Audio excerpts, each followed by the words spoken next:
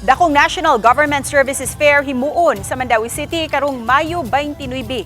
Adto kini sa Mandawi City Sports Complex himuon ang Grand Ease of Doing Business Fair. Ubos niini magkahiusa ang lain-laing ahensya sa gobyerno sa pagtanyag sa ilang mga services sa mga partisipante sama sa BIR, DSWD, LTO, LTFRB, Pag-ibig, SSS, PhilHealth, PSA ug uban pa.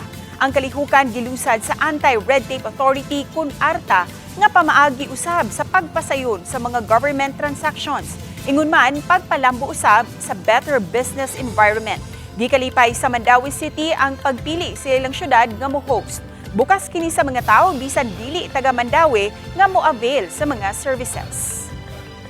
This is in celebration of the Ease of Doing Business Month. So whole month of May is the Ease of Doing Business Month, and then they have identified different LGUs in the entire Philippines kung asa sila mag-grand fair